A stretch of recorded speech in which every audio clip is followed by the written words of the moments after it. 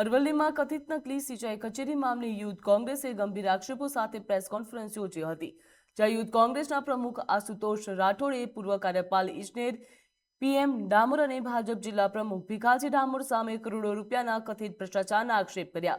તેમણે દાવો કર્યો છે કે વર્ષ 2018 થી 2023 દરમિયાન પરિવારજનોના નામે અનેક મજૂર મંડળીઓ બનાવી હતી અને ગેરરીતિ આચરવામાં આવી હતી। અંદાજે 40 થી 42 કરોડ રૂપિયાના સરકારી નાણાંનો ગેરવહીવટ કરવામાં આવ્યો હતો તેવી શક્યતા વ્યક્ત કરવામાં આવી હતી, જ્યાં મેઘરજ, માલપુર, ધનસુરા, ભિલોડા તાલુકામાં ટેન્ડર પ્રક્રિયા વિના કામો ફાળવવામાં આવ્યા છે તેવા આરોપ લગાવવામાં આવ્યા।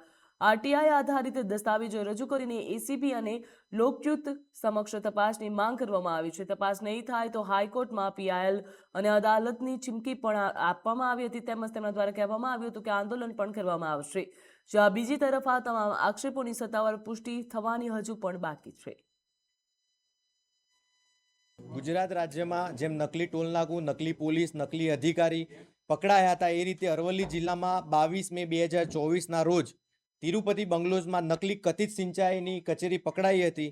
તેમાં પૂર્વ કાર્યપાલક ઇજનેર પીએમ ડામોર અને અરવલ્લી જિલ્લાના પહેલા જે તે વખતના ભાજપના મહામંત્રી અને હાલના ભાજપના અરવલ્લી જિલ્લાના પ્રમુખ ભીખાજી દુધાજી ડામોરની બંને અધિકારી વેવાય હતા। કાર્યપાલક ઇજનેર અને ભાજપના હાલના જિલ્લા પ્રમુખ ભીખાજી બંને વેવાય છે।